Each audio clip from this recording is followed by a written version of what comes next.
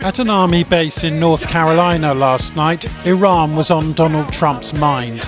The president suggesting to his troops that fear of America would help persuade Iran to abandon its nuclear program. Sometimes you have to have fear, because that's the only thing that really will get the situation taken care of. And by sending a second aircraft carrier to the Middle East, he's hoping that fear will increase. The USS Gerald Ford, sailing from the Caribbean, fresh from helping in the capture of Venezuela's President Maduro. It could take weeks for this carrier to arrive. But Mr. Trump's officials say the US is preparing for a sustained military operation. And the president was asked if regime change is what he wants. Well, it seems like that would be the best thing that could happen. For 47 years they've been talking and talking and talking. In the meantime, we've lost a lot of lives while they talk. Meantime, we have tremendous power has arrived, and additional power, as you know, another carrier is going out shortly. So we'll see it how. If we could get it settled for once and for all, that would be good. Last June, US stealth bombers flew all the way from Missouri to attack Iranian nuclear sites. But the planning for another possible strike is said to be more complex, with a wider set of state and security targets.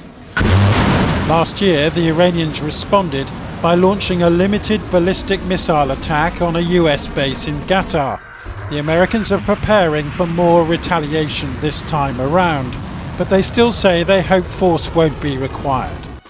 And Israel's Prime Minister told Mr. Trump this week that scrapping Iran's ballistic missiles must form part of any peace deal, along with its support for armed groups. I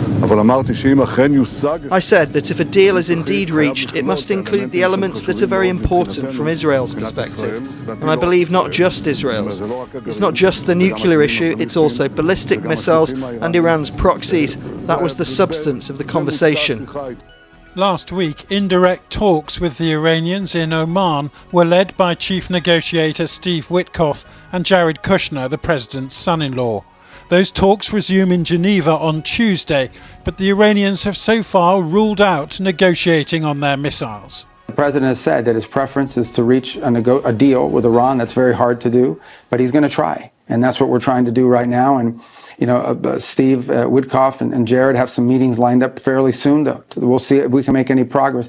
The president would always prefer to end problems with a deal. While Marco Rubio was speaking in Munich, hundreds of thousands in the city were demonstrating against the Iranian government. Last month, Donald Trump said he would come to the rescue of protesters killed inside Iran. He did not do so, so who knows if he's really prepared to attack now.